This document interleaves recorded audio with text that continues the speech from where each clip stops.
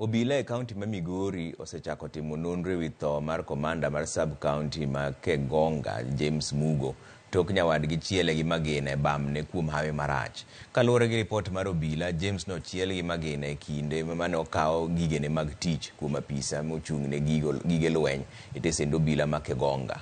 County Commissioner ma Migori Mutua Kisilu owacho ni masira makama notimore kinde mane apisa no keto kenge makare mag arita kama bang'e nochiele nyawadgi gi magina. James no ringo de kar thieth ma Migori ma owito ngimane tok chwero remo mang'eny kendo ringre okane kar kano ringre ma Migori kirito bero mare.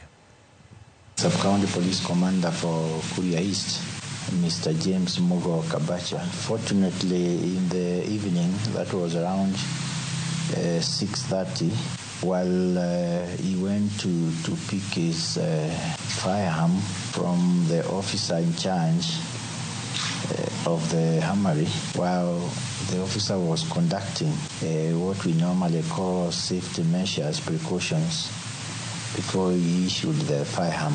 He accidentally discharged one round of ammunition. The same hit the Sub-County Police Commander on the right thigh and exited through his right buttock. He was rushed to the hospital. Unfortunately, was pronounced dead on arrival.